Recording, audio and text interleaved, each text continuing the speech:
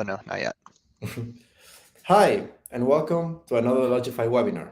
I'm Alberto, and you might remember me from our previous webinar, the one that we hosted around 3 months ago, where we talk about guest tips to make your guest experience as good as possible. Last time, guests were the main center of our attention, the main topic of the webinar, but today it's going to be you, host and property managers, the ones that are going to be in the center of the attention. And this is because we're going to talk about a very important topic for every short-term rental business owner or property manager: taxes. And, like I said, it's a very delicate topic. So I would not dare to speak about that without being an expert, which unfortunately I'm not. But luckily, I have someone with me today that it is. That's why I'm really pleased to present you to Justin Stasio. He's a senior onboarding specialist at Avalara, which is a tax compliance software company that also offers automated solutions for short-term rentals. So Justin, thank you very much for joining us today. Absolutely, Alberto. Thank you so much for having us and hosting this webinar and helping us promote. Taxes are absolutely a critical part of the short-term rental business and the processes around it. There are many different types of taxes that apply to operating a short-term rental business. So today we're going to really go over one type of tax, which is called lodging tax, and this is essential to maintaining your short-term rental within the guidelines of the law. So I thank you again to yourself and Lodgify for helping put this webinar together, and to all our attendees for being interested in the topic, wanting to learn more, having that curiosity, and joining us today. Thank you, Justin. It is indeed a very interesting topic. And I think we've beat the highest record of attendance, or at least registered people for the webinar, with over 200 people, which I can say just thank you all for being here. Before we get into all the details, as always, let me start with a small presentation about some technical elements of the webinar, but also a bit about Lodgify. It's going to be just a couple of slides, and then I will leave Justin tell us everything he has to tell us about taxes. So I'm going to share my screen now. There we go. And well, as you know, the topic of the webinar is everything you need to know about short-term rental taxes. But before we continue, just a technical reminder that I always say: keep in mind that we cannot see you or hear you, but we can indeed reach you. And actually, we encourage you all to submit your questions throughout the session. As I left in a message before, we will have a Q&A session at the end. But I'm going to ask you for please be as generic as possible with your questions, because, like I said, there's a lot of people here today, a lot of questions already in the chat. So if you make a question, please make it generic, so it's not only for you, but also can help as many people as possible. We also have a chat that I see that people is super active already in the chat. That's great. You can also leave your comments there. But again, if you have a question, I would appreciate if you guys can use the Ask a Question section, because that way it's going to be easier for us to track all of those questions. And yes, as well, there was a question at some point. We will record the webinar and we will send it to you afterwards. Also, I think there was a bit of a misunderstanding maybe at some point. We're going to be focusing exclusively or mainly on US. So I know there's people from UK and other countries that are also interested in taxes. This webinar might not be for you, but we will send a feedback survey afterwards where we would request for any suggestions. So if you have a suggestion to do a webinar about another country that is not the United States, please leave it there, so we'll make everything we can in our power to do a webinar or a session in the future about that. That out of the way, well, I already presented myself, but this is me again. I'm Alberto Fernandez. I'm the SEO and content lead here at Lodgify. I've been working at the company for a bit more than 3 years now. And this is my contact information in case you want to reach out afterwards after the webinar with any questions. We would also send this presentation and Justin's presentation, so you will get our contact information there. So 5 cents about what it's Lodgify. So Lodgify, for those that don't know us yet or are not customers yet, is an all-in-one vacation rental software that empowers owners and property managers to easily create bookable website to accept direct bookings. So hosts and PMs can manage all reservations and guest communications from one centralized platform, as well as synchronizing all the listings, calendars, rates, conversations from external channels like Airbnb, Vrbo, Booking.com, etc., and your own website. So yeah, there's a 5 cents about Lodgify. Also, some quick data about us. The company was founded in 2012. Technically, we're still a startup, although we're rapidly growing. Actually, now we have over 220 employees. Last time we spoke, about 3 months ago, we were at 190. So things are growing pretty fast. We speak and support 7 languages. We have customers in almost 100 countries. And whereas a headquarters is in Barcelona right now, we also have offices in the US, in Latin America, and the UK. Sorry. So, like I said, all in one platform, 3 main features: channel manager that allows you to calendar, just to synchronize your calendar, your listings, PMS system, and website builder and booking widget. Basically, the booking widget, just to clarify, we can we offer the option for you to create your own website with Lodgify, but if you already have a website created with Squarespace, WordPress, Wix, or any other CMS, you can embed our booking widget so you can still enjoy the benefits of using a reservation system and a PMS and a channel manager, of course. These are some of the features, the new features that I already mentioned also in the last presentation, but since there's a lot of people new to this webinar, maybe they're not aware, so I will go through them really fast. First is the mobile app that we released at the end of last year, which now you can manage all your reservations, calendars, transactions, and communications from the palm of your hand. Really easy to use, really convenient. And also, last time I spoke to you, I said that we had an integration with Google Vacation Rentals coming soon. I'm really happy to announce that after some delays, it's finally here. The integration is finally live. At the moment, it's only available for users with 5 listings or more, but we're working on it, and the plans are that it's going to be released for everyone in Q2 of this year. Basically, what this means is that now you can integrate your listings with this meta search engine for vacation rentals that Google has. And basically, you're going to be outranking on Google even the most popular OTAs like Airbnb, Vervo, and Booking.com. And the best part is that in the end, whoever clicks on your GVR listing will be automatically redirected to your website where the transaction will take place, which basically means that you will not pay any commissions for those bookings that you receive through GVR.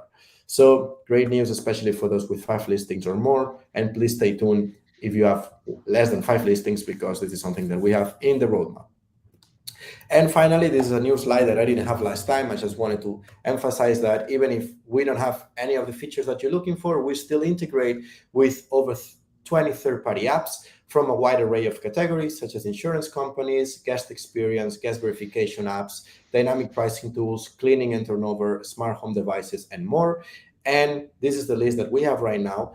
But if you're missing any integration, for example, an integration with Avalara, you can check a roadmap, because we also have a lot of integrations coming up in the few months. So if you're a Lodgify customer, you can just log into your profile, go to the marketplace, and vote the integrations that you want to see there. Also, I'm going to leave a survey, a poll in this case here, so you can select if you want an integration with Avalara after Justin's presentation. So yeah, this is all from my side. Just a reminder that if you want to start a Lodgify trial, you can do it today. You can also ask for a personalized demo or a demo call or a demo account. If you become a customer, you will get free personalized onboarding sessions to get to know the product and all its features. We will also offer account management in the next months, and we have plenty of resources, not only to download, but also video resources like this webinar that you can obviously attend for free, plus 24/7 support. Last thing I'm going to say, we also have some people from Lodgify in the chat. So if you have some questions for our speaker, like I said, please leave it in the Ask a Question section. If it's a Lodgify question, our people in the chat will try to answer them. But please, let's try to stick it to the topic of this conversation, which is short-term rentals. And without further ado, Justin, the floor is yours. Thank you very much. I will stop sharing my screen now, and you can start presenting. There you go. Fantastic. Thank you so much, Alberto. That was a great introduction and high-level approach to Lodgify. I'm really excited to continue for our organizations to build and expand on this really cool partnership that we've created. So I'm going to go ahead now and share my screen as we'll go into the lodging tax compliance. We call this a lodging tax 101. We're going to really take a high level approach into the lodging tax environment and some critical points that hosts and property managers need to be aware of in order to maintain their short-term rental businesses within the guidelines of the law. And in doing so, we will actually, let me go ahead and share right now. Actually, I need to open up my presentation again. Let me see if that, so we call this kind of a 101, but it certainly is a very detailed presentation. I'll just confirm with you, Alberto, that you are able to see my screen now that I've entered presentation mode. Yeah, all good. Fantastic. So, like I said, we call this a short-term rental tax basics presentation. However, we are going to go into some really really nuanced details and really critical things that we want hosts to understand as they manage their own and generate their own compliance strategy. Again, my name is Justin Stasio. I'm a senior onboarding specialist. I work with our sales and onboarding team as well as our business development team. I'm calling you today from snowy Denver, Colorado.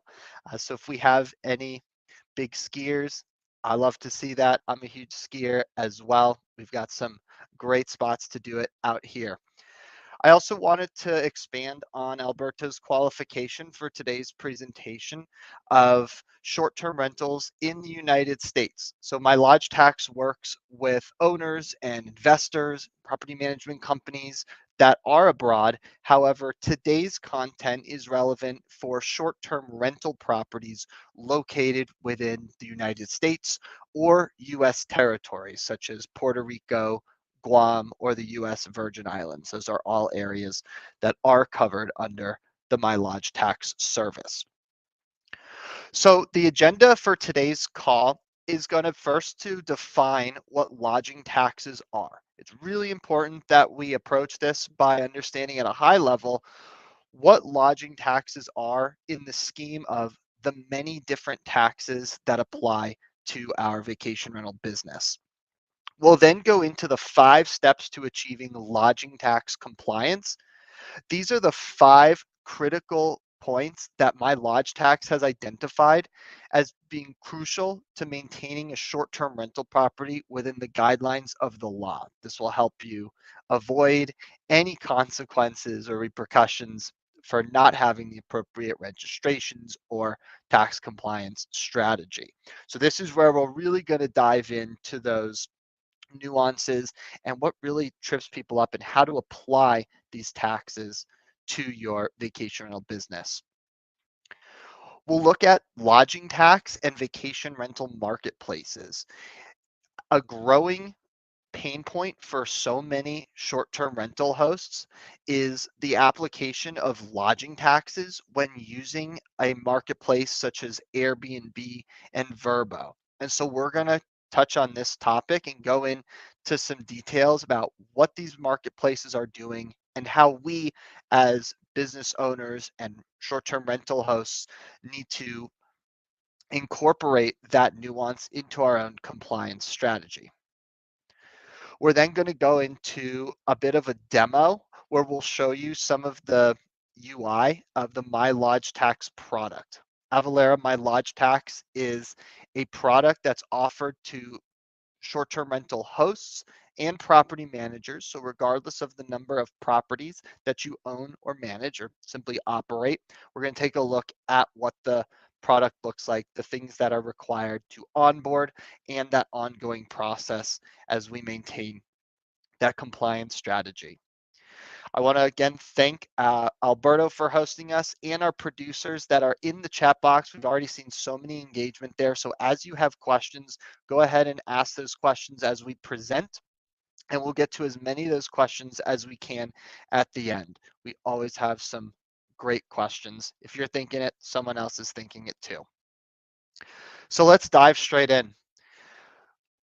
The first thing that we're going to do is define what lodging tax is. Lodging tax is simply a general term for the combination of state and local taxes that apply to the transaction of a short-term rental, room, or property. Again, this is just a general term. And that really brings me to the first call out, which I like to start with, and that's terminology.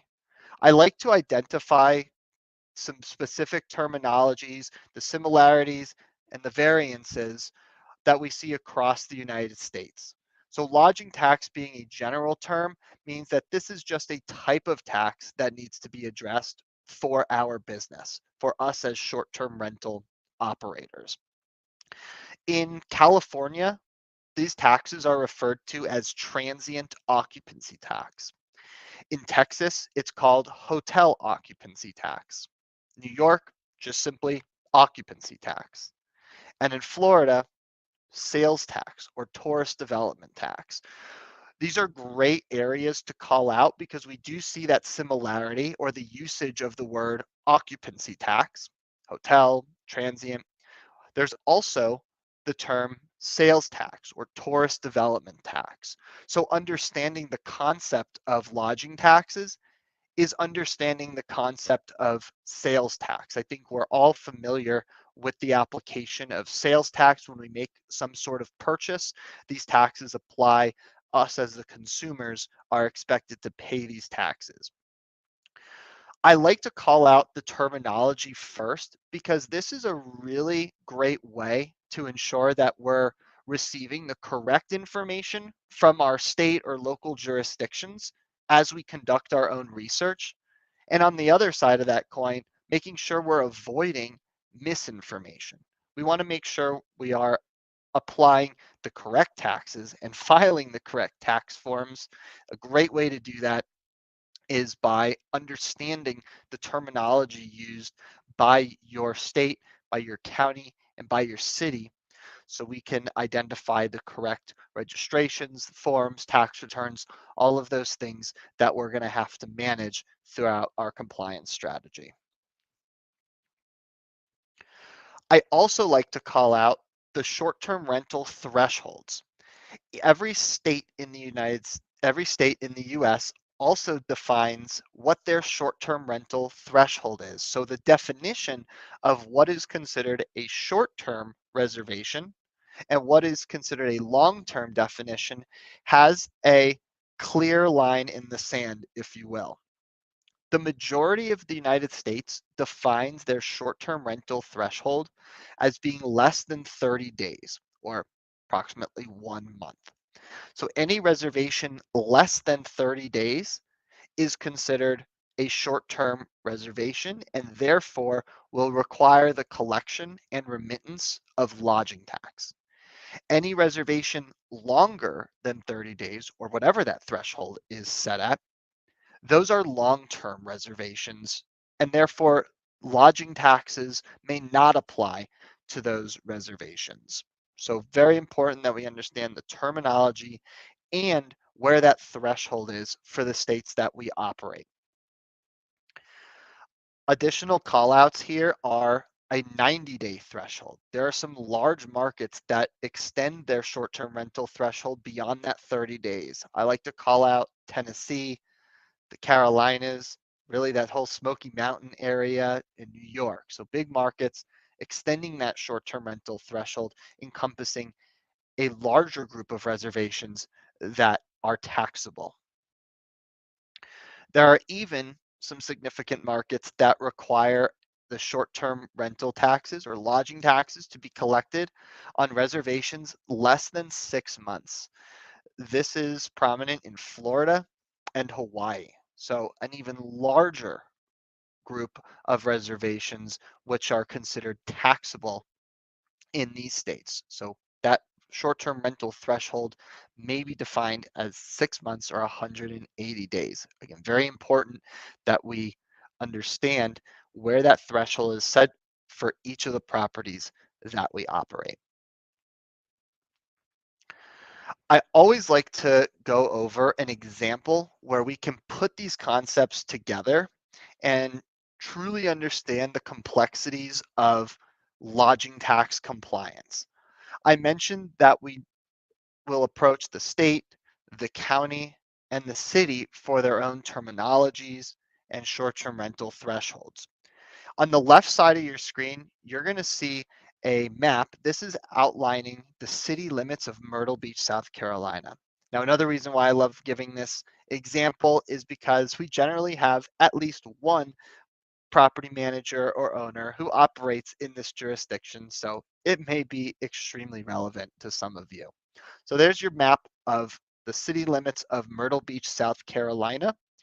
You'll notice that it is highlighted by a red shaded area. You can see the border and the shaded area, even some special jurisdictions located within that area. So any property within that red shaded area is located within the city limits of Myrtle Beach, South Carolina. And therefore, I'll direct your attention to the right side of your screen. You'll notice that chart that lists the various sub-tax rates that apply to that short-term rental transaction. At the very, very bottom, you'll notice that the tax rate is listed at 13%. That's the tax rate to which we ultimately need to charge our guests when a short-term reservation is made. However, we need to understand what subtaxes make up that 13% in order to apply that rate. Now, this is a great example because all three levels of jurisdiction, the state, Horry County, and the city of Myrtle Beach, are represented in this tax distribution. It's really important to call out because as we're conducting our research to understand the registration and tax requirements, we need to segregate each level of jurisdiction as their own specific entity. To put together the research to determine your total lodging tax rate, you must approach the state of South Carolina or Department of Revenue for any state required lodging taxes. You would separately approach Horry County for any lodging taxes that apply to their jurisdiction. And you would separately approach the city of Myrtle Beach to receive the information on any other lodging taxes that apply to them. So we can dive into those. We see the terms sales tax, accommodations tax, hospitality, all sorts of terminology being used here. But really, the main concept is understanding that we have to segregate each level of jurisdiction because each jurisdiction will only inform you of the taxes that apply to their agency. I also like to go over some assumptions that we really commonly hear at My Lodge Tax. And these are really just concepts that our agents and our customer support representatives work with hosts every single day to ensure that we're approaching our short-term rental business with the correct mindset. And the first thing that I call out is just that term business. Your short-term rental, regardless of your intentions, must be treated as a business. You're essentially creating a product and offering that product to the public or anybody who's willing to purchase that for consideration. Consideration is just a fancy term for money. They pay us to use our rental properties. So whether you're a seasonal business, you're just trying to make costs or break even on the property, regardless of your intentions of your short-term rental property, it's important to treat that as a business. And in doing so, understanding that there are specific registration and tax implications of operating and facilitating these transactions. We also touch on the term hotel. We get real picky about terms and definitions, and this is one that we certainly like to call out as well. Hotel, just like any other word in the dictionary, has a definition. And just like states in the US, every state likes to define that term differently. So in some states, a short-term rental property would fit the classification of a hotel. In other states, it does not, or it meets a partial definition. So to understand what our short-term rental businesses are, we are essentially a very similar industry to that of the hotel industry. Essentially, it's all hospitality, but there are certain subsets of our industry. And calling out that term hotel, we do have to understand we are providing a similar service in that of short-term lodging accommodations. This means that the same or similar registration and tax requirements will apply to our businesses. Jumping over to my accountant or any other tax returns that you'll be filing, whether it's a federal or personal income tax return or corporate income tax return, we often get questions about the relationship between lodging taxes and federal income tax. Lodging taxes are a completely separate tax obligation from income tax. So what you file for income tax with your accountant or whichever financial consult you use for that, you will continue to use those processes to file your federal income taxes. Lodging taxes is an additional or separate tax implication for operating short-term rental transactions. These taxes have no relationship with each other. Therefore, you can continue to file your income taxes with your accountant, and you have to be aware and file your lodging taxes separately. They don't have any implications or relationship with each other. That being said, regardless again of your intentions, the profits or your revenue, you always have to be filing and aware of the lodging tax requirements. I always like to compare lodging tax application to the concept of sales tax because that's what is generally familiar to people. Doesn't matter what we are making as a profit, that's gonna have to do with your income taxes. These taxes are based on the reservation amount or the amount that the guest is paying. Lastly, for some of these assumptions, and I love touching on the topic of marketplaces, Verbo, and Airbnb, we may all have a we all might have some form of association with the tax remittance programs or these marketplaces automatically collecting and remitting taxes that are made on those platforms. So if we are using platforms like Airbnb and Verbo, it's extremely important that you understand what taxes are automatically being collected and remitted, what taxes are not being collected and remitted by this platform, and therefore, what actions or accommodations do we have to make in our own compliance strategy to accommodate those nuances? As I mentioned, we're going to go into this topic a little more, and it's a huge pain point and question that we receive multiple times a day from our users. I also like to kind of bring it back a little bit and talk about the impact of lodging taxes. We can't ignore the fact that lodging taxes are written legislation. This is a law that we as short-term rental operators need to comply with in order to maintain our short-term rental business in good standing.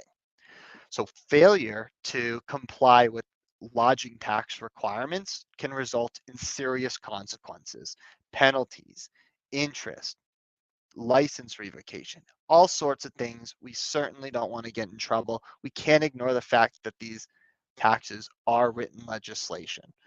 But there is some good that comes out of paying these taxes. It's certainly a very complex process that short-term rental operators need to navigate. And like I called out in that example, these taxes are collected and remitted to the state or the county or directly to the city. No lodging taxes are filed to the IRS or the federal US government. So what that does is that injects these taxes straight into our local communities. These often fund tourist development and other community services that we, our neighbors, our guests, and our communities get to enjoy. I also like to call out the fact that the more hosts and property managers maintain their compliance strategy and keep their businesses in good standing, the more in favor government jurisdictions become with the short-term rental industry. We are all on this call stakeholders of the short-term rental industry, of course. And I think we all share similar headwinds and pain points when operating our business, whether that's confronting neighbors, communities. And so, again, the more businesses maintain their compliance in good standing, the more in favor these jurisdictions become with our industry. They're getting more money, they're getting businesses to com- comply with their requirements, they're going to be in favor of that industry. And we really see this accelerating over the past 10 years. Now we're going to really jump into the nitty gritty, and we call these the 5 steps to lodging tax compliance. Again, these are the 5 steps that my Lodge Tax has identified as being critical to maintaining your short-term rental within the guidelines of the law. So what I'm going to do now is really break down what your compliance strategy needs to compose. First is the initial research of your lodging tax requirements. So like we saw in that Myrtle Beach, South Carolina example, we need to segregate the various jurisdictions by agency. We have to approach the state to inform ourselves of any state required lodging taxes. We need to approach our county of any county required lodging taxes and the city for any city required lodging taxes. Now, that's not to say that your state, county, or city will have lodging tax requirements. Requirements may be at the state, county, city level, or any combination of those levels of jurisdiction, meaning you could have state and county requirements, perhaps just county and city. It really depends. Any combination of those levels of jurisdiction. We also need to call out at the very bottom, we have that marketplace nuance. When we're establishing the total lodging tax rate and approaching each level of jurisdiction, we also need to be aware of which jurisdictions a vacation rental marketplace may cover.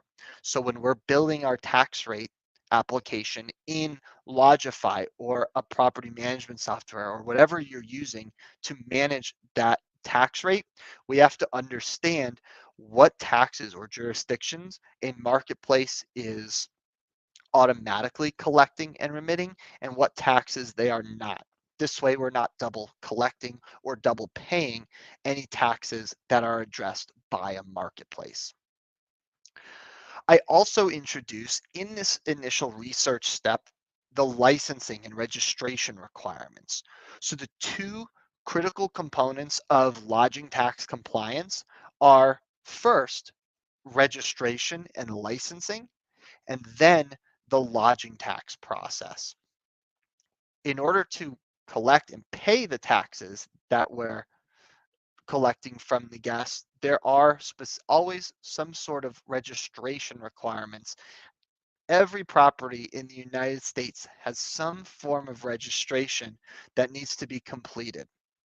And that's going to segue into our next topic, where we're going to dive into what that registration process looks like and some critical components that we pay attention to.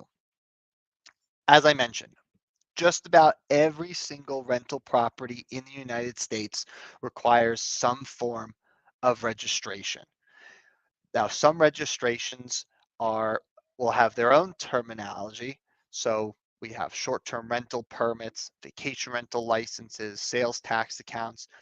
Pay very close attention to the terminology and the forms of registration required for your short-term rental business in your location.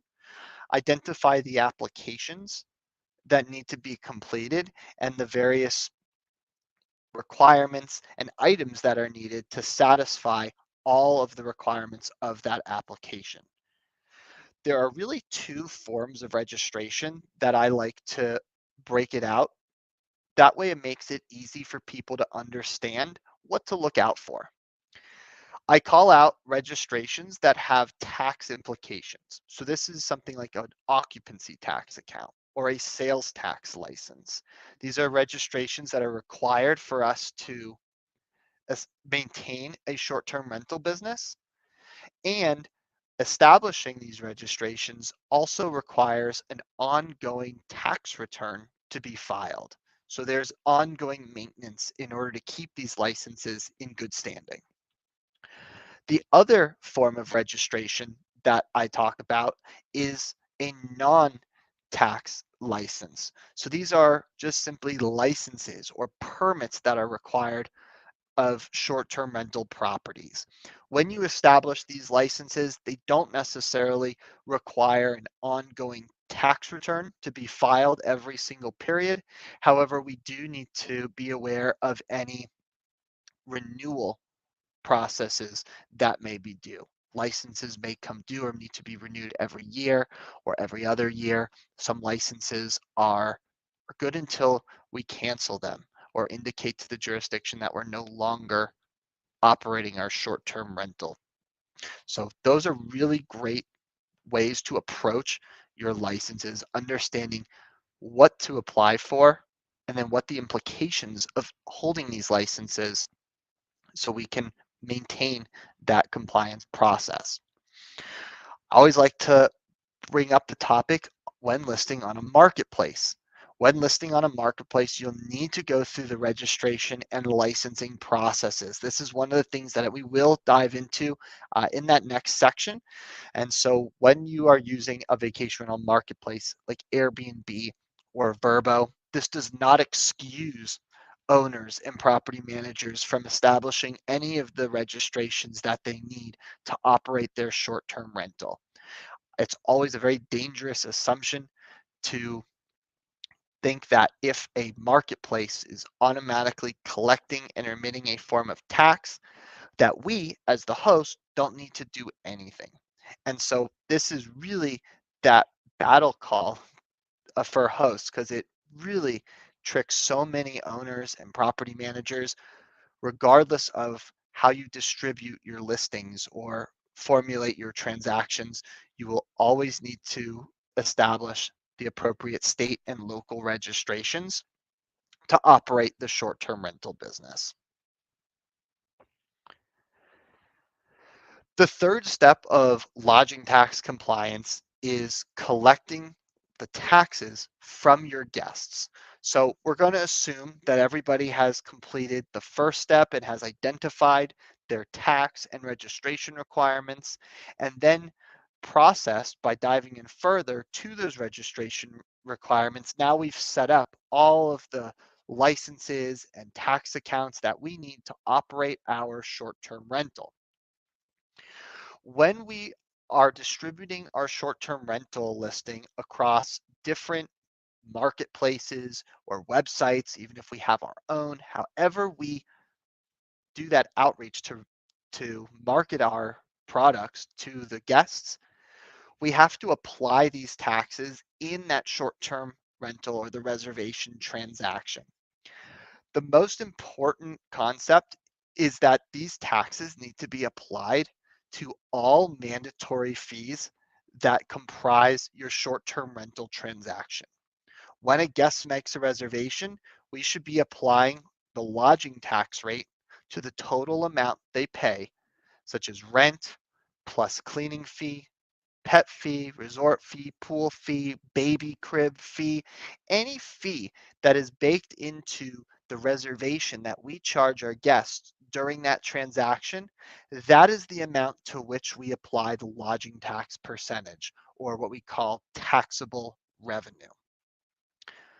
Now, there are certain fees, such as a third-party insurance or a refundable damage deposit, where we don't need to charge taxes. Other exceptions may include a nonprofit organization or military or government personnel who may request to book our properties. A really good way to approach that situation, if you are faced with a renter who claims tax exempt status, in many cases, and especially using online marketplaces, you may not be able to waive the tax amount during the initial transaction. I also recommend that if you are approached by a guest who's claiming tax exempt status, that you require they send you some form of documentation proving that exemption status. Once you receive that exemption letter, save that for your records, and then you can refund the tax amount to them and claim those earnings as non-taxable revenue. When listing on a marketplace, love going over this concept, make sure you know which taxes the marketplace is responsible or automatically collecting and remitting, and which taxes you are required to collect and remit. This way, we're not double charging or double paying any taxes to the jurisdictions. The fourth step of lodging tax requirements is physically filing the tax returns and documents that are due each period. The first thing that you'll want to do when approaching your own research terms is determining the filing frequency. This is how often your tax returns are due. Lodging tax returns, short-term rental hosts are generally filing on a monthly or quarterly basis. I love calling that out because it's sometimes a wake-up call to so many owners. These are not generally annual taxes like income tax. This is an ongoing and often tax requirement that we need to stay on top of. Of course, their due dates. We're all adults. I think we all went through grade school. We understand how to meet due dates, but these due dates may be complex and they may even differ from one another if we're filing to multiple government jurisdictions. So when we put together our tax filing schedule or calendar, if you will, we want to understand what tax returns need to be filed and how often, whether that's monthly or quarterly, that may differ. Your state might require a monthly tax return. Your county may require a quarterly tax return. So those may be the same, they may differ. That's also true for the due dates set by each jurisdiction. Every government agency gets to establish their own filing frequency and the due dates where their returns are due. The vast majority of the United States declares their due dates for lodging tax returns as the 20th or the last day, the 30th or 31st of the month. So very important we pay attention to when those tax returns are due so we're not filing anything late and of course avoiding penalties. There is also variance in the due dates that lodging tax returns are due. We see some due dates as early as the 10th of the month, the 15th, or the 25th. Generally, the 20th and the last day of the month are what most jurisdictions set as their due date, but certainly lots of variation in that across the country as well. I like to point out that many states and jurisdictions, or these markets, if you will, are moving to an online filing source. So a lot of the tax returns that we file to our state or local jurisdictions will be using an online filing portal in order to process those tax returns and our tax payments. So it's very important that as short-term rental hosts, we familiarize ourselves with these online filing portals. That way we know how to log in, how to navigate these online systems, and effectively make our lodging tax filing. Some jurisdictions are using a more primitive paper filing process, so we always get a chuckle here when hosts receive some form of coupon book. It always seems so old-fashioned and gives us a little laugh when we see jurisdictions using those. So understand how these tax returns need to be filed each period. Are we going online or are we actually sending a paper form with a check? Lastly, filing returns is required even if no lodging tax is collected. If, once we establish the various registrations and licenses for our vacation rental property, the jurisdiction is then expecting a timely tax return filing every single period, regardless of the revenue amount collected. So whether if you had activity or no activity, they're expecting that tax document from us to keep that account in good standing. If we don't file a business tax return, then that's going to leave an outstanding period on our license, and that will result in penalties and potentially other consequences as well. When we're filing our returns, there may be no tax due. This is also a great way to call out that marketplace nuance. When we're filing our own business tax returns, we again need to consider what taxes are being collected and remitted by the marketplace and ensuring that we are filing our tax returns in a way that accommodates that nuance. Again, we don't want to double pay any taxes or double collect any taxes from our guests. Certainly want to make sure we're accommodating that detail. The fifth and final step to managing your lodging tax compliance strategy is understanding that you might receive some form of correspondence. We are constantly sending monthly returns or payments or quarterly to our jurisdictions. So this is happening every single month or quarter. We are communicating in that way with these government agencies. So it's really not uncommon for the government agency to reach back out to us. You might receive some form of notice or notification letter or demand. The possibilities are actually truly endless on what a jurisdiction can be reaching out to us to communicate.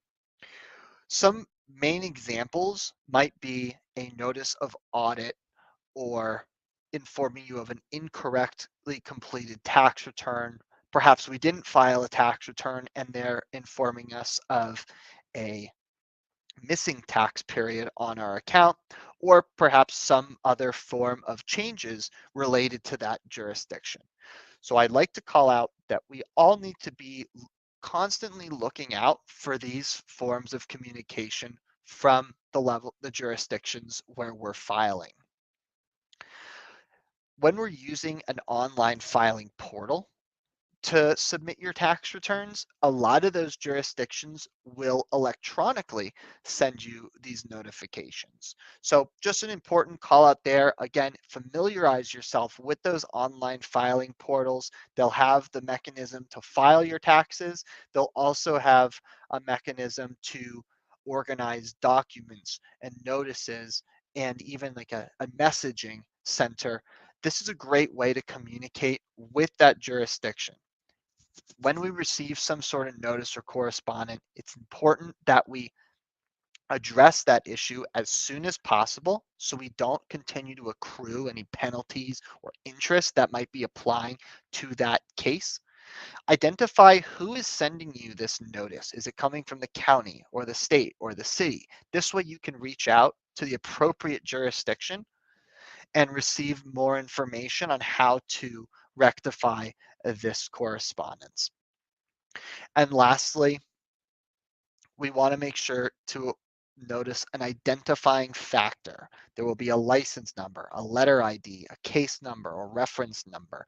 So as we reach out to the jurisdiction that sent this notice, we want to identify the case number or whatever they've used so that agent can bring up your specific case, whether you have to call, email back, or use that online filing portal. It's best to meet those jurisdictions where they're at in order to warrant the best and fastest response in order to bring our licenses and tax accounts up to date.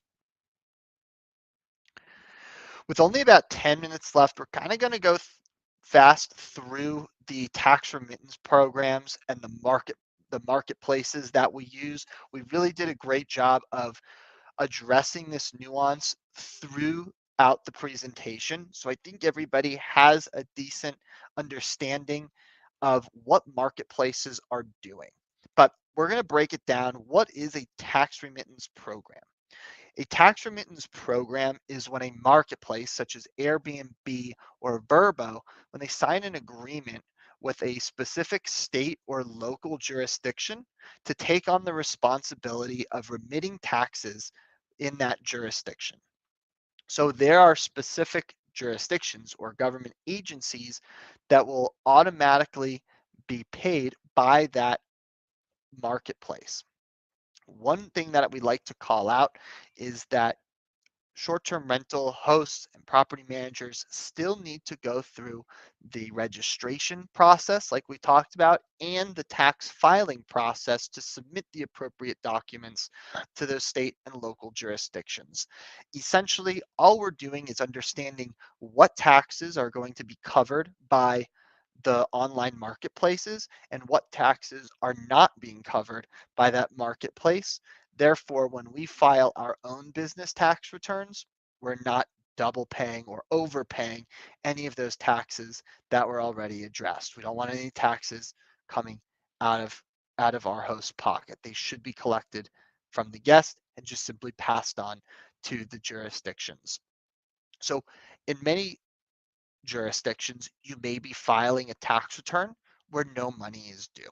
Again, that is the correct process to keep our licenses and tax accounts up to date.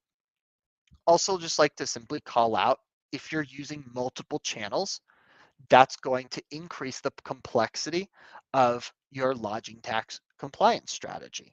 So we have to address the various state, county, and city jurisdictions all as separate entities. We also have to treat various marketplaces like Airbnb, Vrbo, Booking.com. Any marketplace, we have to treat those separately as well in understanding how they address lodging taxes because they are separate organizations and their lodging tax compliance strategy or their tax remittance programs will differ as well.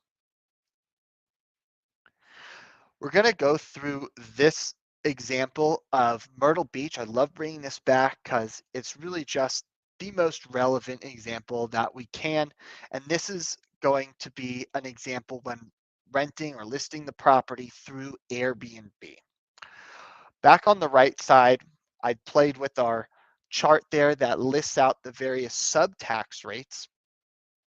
And you can see all the taxes that are grayed out are taxes that are automatically collected and remitted by Airbnb and Vrbo. So in this scenario, Airbnb and Vrbo do the exact same thing, but that doesn't occur in every single jurisdiction, but it is relevant for this one.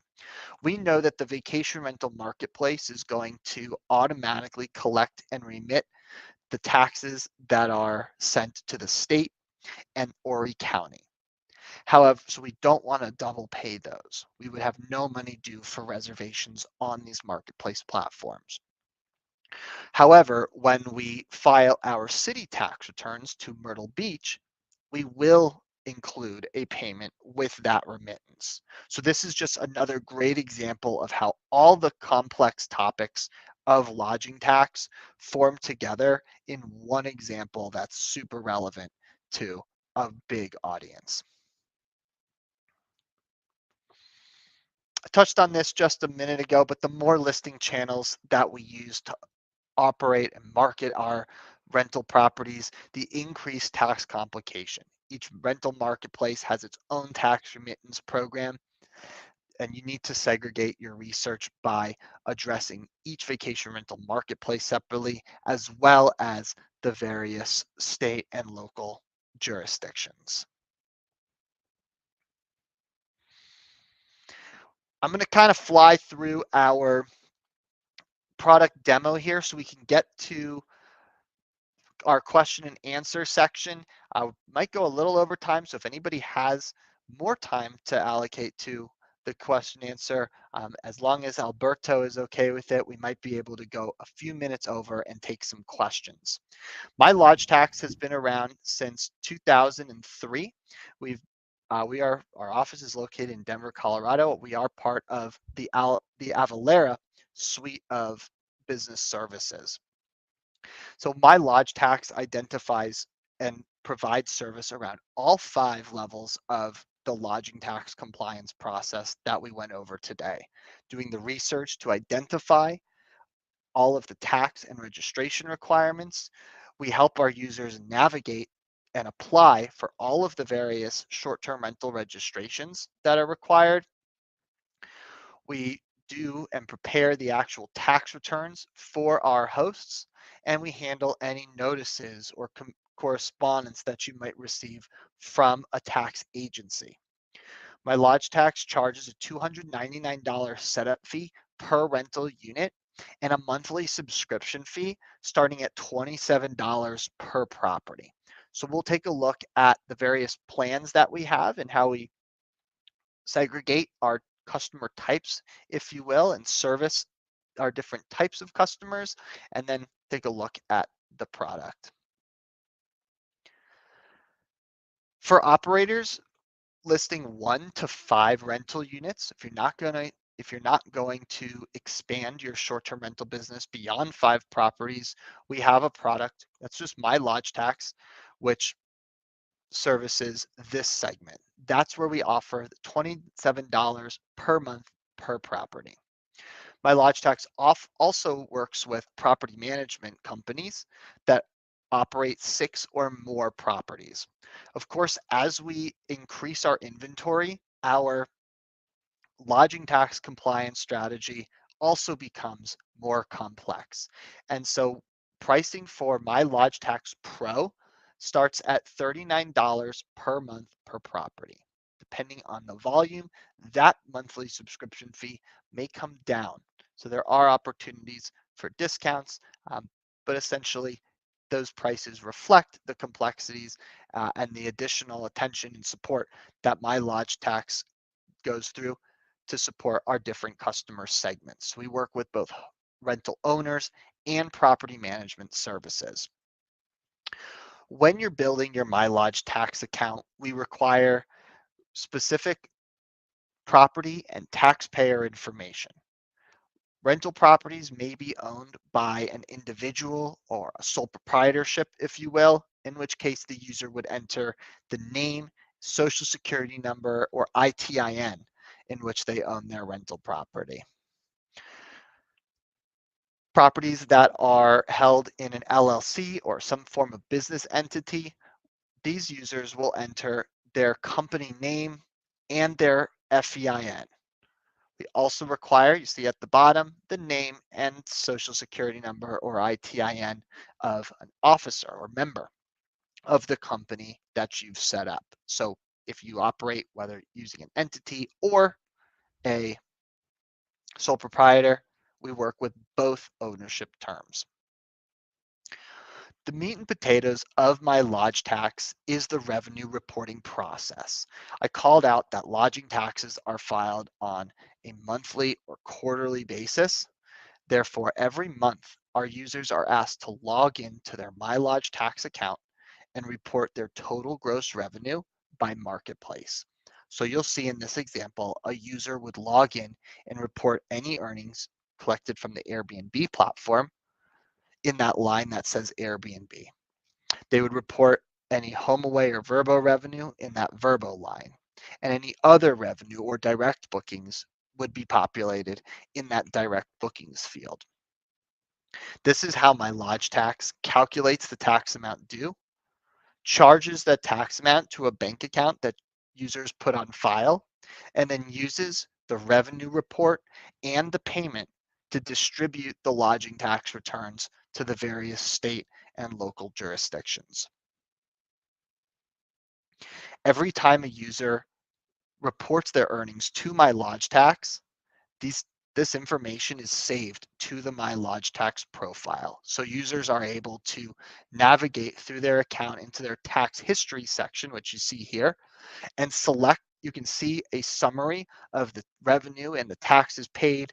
Users are also able to click into each of those entries and see the specific details and filing statuses of their returns. That concludes my presentation.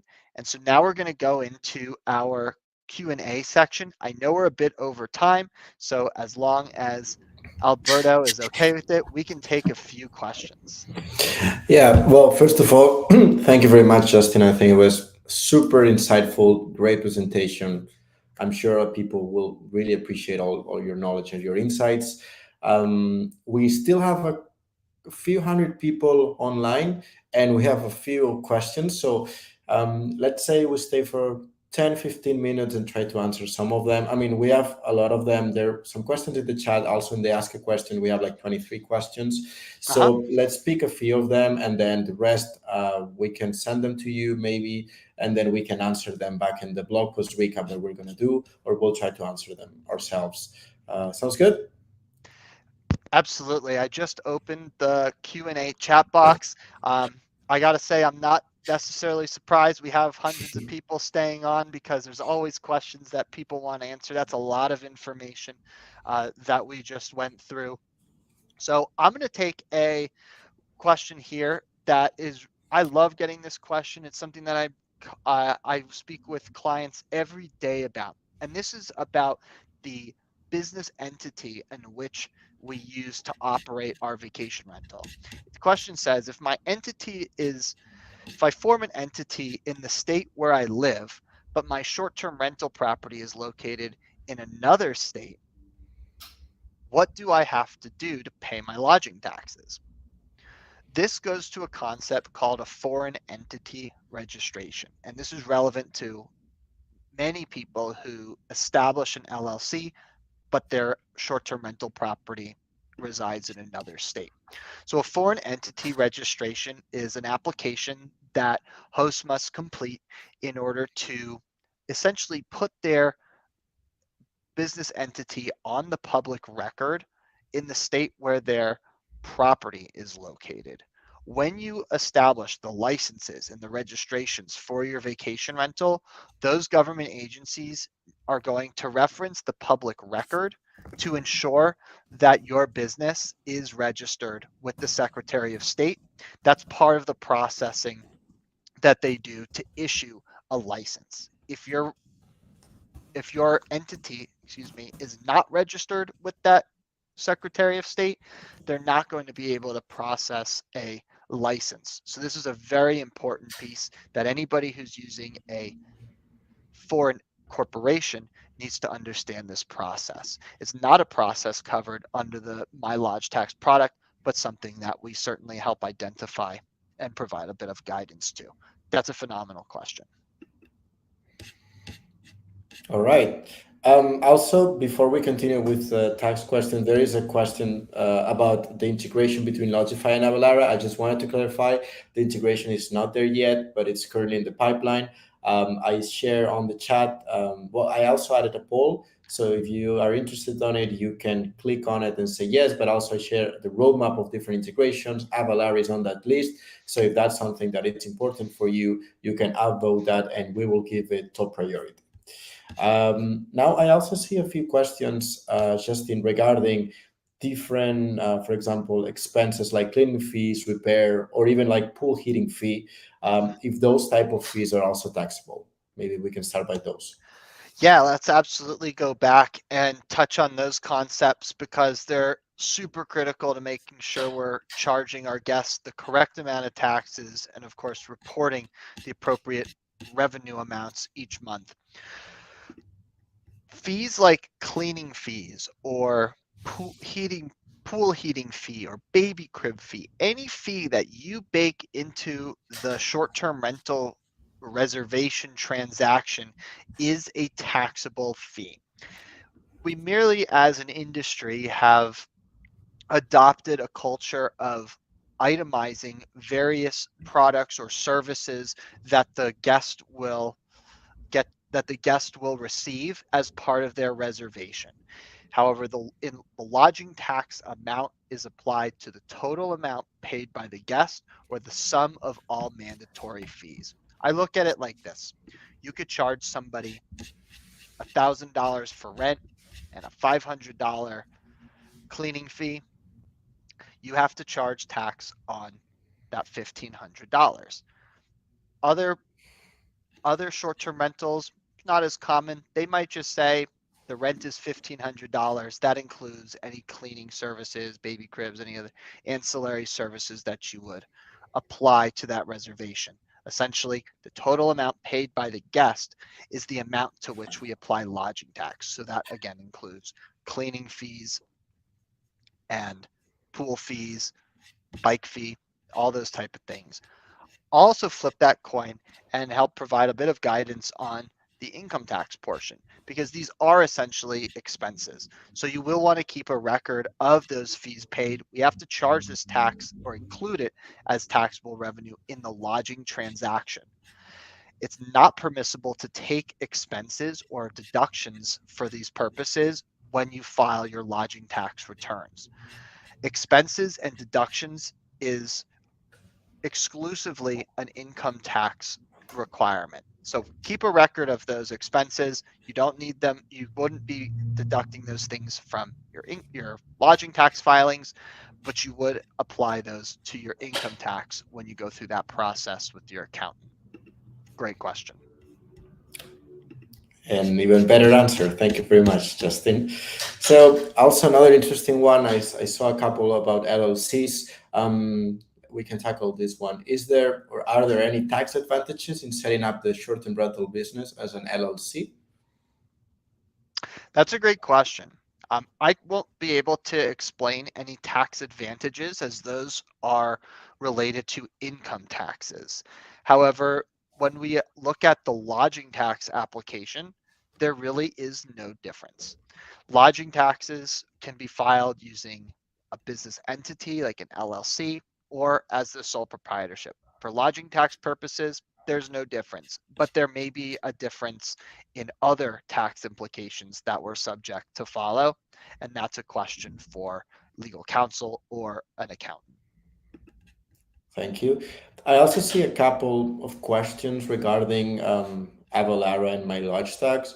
Those we can also get the answer and send them to you after the meeting. Maybe we can stick now to the ones regarding taxes per se. So do you want to, for example, can I know? I think I can pick this one. If you want to pick another one afterwards, Justin, feel free to do so. Can an owner deduct expenses for costs associated with having to stay somewhere else while their personal home is booked? And I also saw one that was related about living in your property, not living there when you're a short-term rental. So in general, if you can clarify those couple of concepts, that would be great. Absolutely. It again just goes back to the concept of segregating lodging tax from income taxes. Any questions or uncertainty around deductions and expenses, those are going to be related to income tax. So talk to your accountant about those nuances and your situation. That's going to apply to income tax.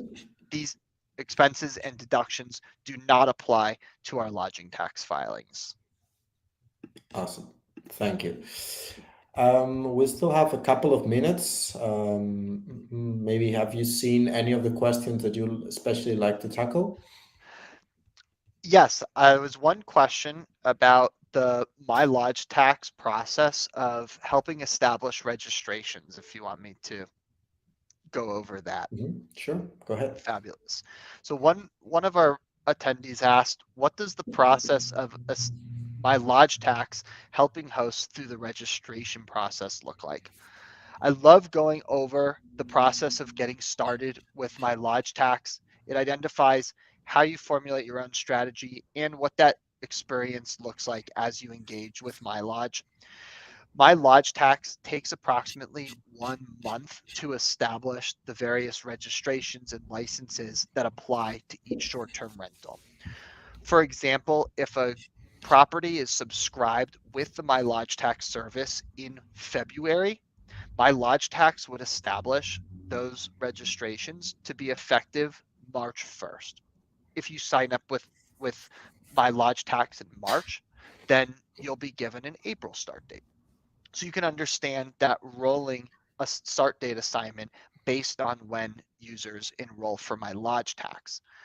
We try to keep the registration process as hands off as possible. What that means is My Lodge tax will identify the appropriate registrations, licenses, and applications, and then complete and submit those applications on our users' behalf. However, there may be requirements in certain jurisdictions that do require the owner or the property manager's involvement. There are certain licenses where my lodge tax is just simply not able to satisfy all of those application requirements.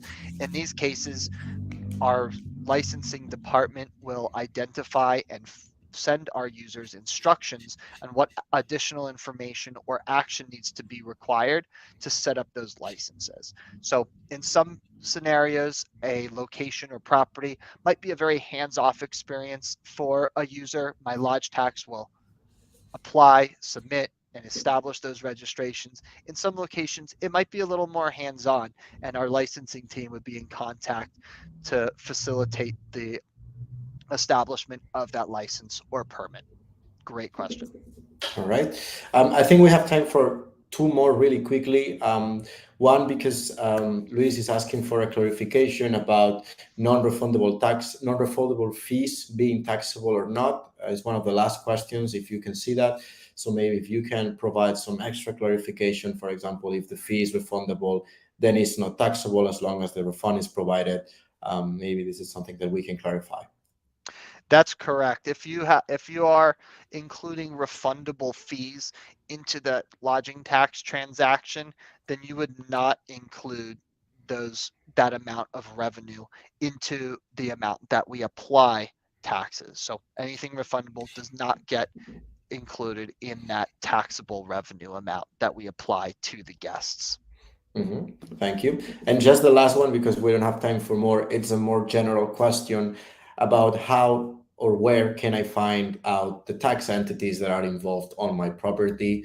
We already went over a bit of those concepts at the beginning, but maybe you can again clarify a bit of what they need to do in order to find those entities. Sure, it's been roughly an hour since we've actually identified and those call outs. So certainly something good to go back. And this is a great place to end, a great last question, because one of the best ways to approach our own compliance strategy is by understanding how we need to conduct our own research. The first thing that I say is you need to segregate the various levels of jurisdiction, the state, the county, the city. Now, depending on where that property is located, those levels of jurisdiction might be controlled by different agencies. State taxes are generally controlled by the State Department of Revenue. So contact the Department of Revenue for any state requirements. Ask them if there are any other government agencies or any other state agencies, excuse me, that would apply to the tax or registration. A great example of this is Florida. It's one of the biggest, if I think it is the biggest vacation rental market in the United States. There are two state agencies that require registration. That is the Secretary of State and the Florida Division of Business and Professional Regulation. So contact the state, the Department of Revenue, ask if there are any other government agencies that require registration, and then you work your way down the line. Reach out to your county tax collector or comptroller. Perhaps you could call City Hall. There, reach out to each level of jurisdiction and just ask these questions. Ask them what the terminology is. Explain to them the purpose and the nature of your business, and that's the best way to approach your lodging tax compliance strategy is by first segregating and approaching each of those levels of jurisdiction separately and putting all that information together as an aggregate. Well, that was the last question. Thank you very much, Justin. I think it was amazing all the information that you provided the audience with. I'm sure now I can almost say that I'm an expert in taxes. Well, not really, but it was really, really insightful. So thank you very much.